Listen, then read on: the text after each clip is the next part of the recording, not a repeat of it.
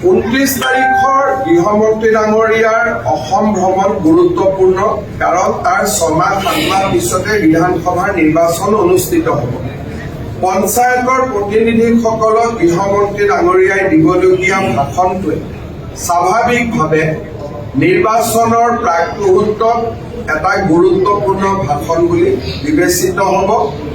Political narrative বিল্ডিঙৰ প্ৰক্ৰিয়া definitely 29 আগষ্টৰ পৰা আৰম্ভ হ'ব বুলি আমি আশা কৰিব পাৰোঁ। এখন পঞ্চায়ত সন্মিলনত ভাষণ দিব আৰু ইয়লি অমিত শ্বাহ ডাঙৰীয়াই ভোলা বৰবৰা জন্ম শতবাৰ্ষিকীত মুখ্য অতিথিৰূপে যোগদান কৰিব।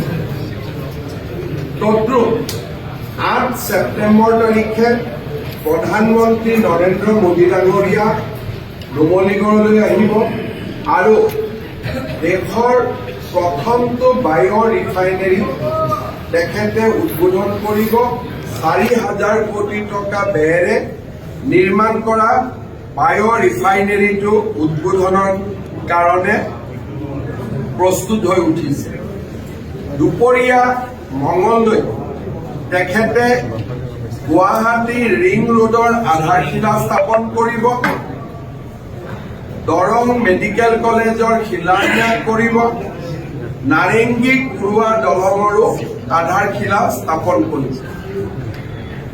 8 তাৰিখে সন্ধিয়া প্ৰধানমন্ত্ৰী মোদী ডাঙৰীয়া ডক্টৰ ভূপেন হাজৰিকাৰ জন্ম শতবাৰ্ষিকী অনুষ্ঠানত মুখ্য অতিথিৰূপে যোগদান কৰিব।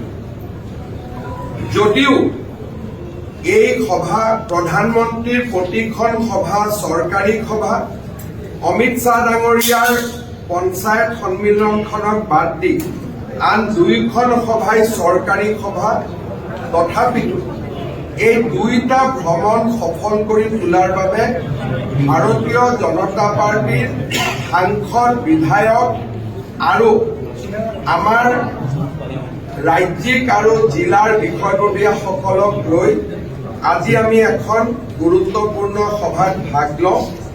সভা চলি থাকিব, অলপ ৰাতি হ'ব। চৰকাৰী কাম থকাৰ কাৰণে মই অলপ আগতীয়াকৈ বিদায় লৈছোঁ আৰু এই সভাত আমি এই 2টা ভ্ৰমণ, প্ৰধানমন্ত্ৰী ডাঙৰীয়াৰ ভ্ৰমণ আৰু গৃহমন্ত্ৰী ডাঙৰীয়াৰ ভ্ৰমণক লৈ পুংখানুপুংখভাৱে আলোচনা কৰিম আৰু আলোচনাৰ পিছত ৰাজ্যিক সভাপতি দিলীপ শইকীয়া ডাঙৰীয়াই নিশ্চয় আপোনালোকক কিবা জনাবলগীয়া থাকিলে আপোনালোকক তেখেতে ব্ৰিফ কৰিব পাৰিব।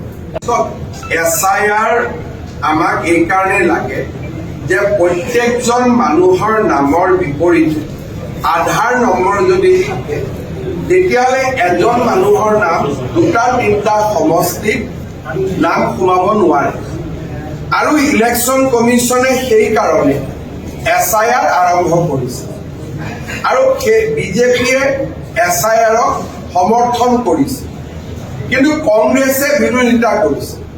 যোৱাকালি ৰাহুল গান্ধীৰ বক্তব্যই প্ৰমাণ কৰিছে যে SIRৰ প্ৰয়োজনীয়তা কিমান।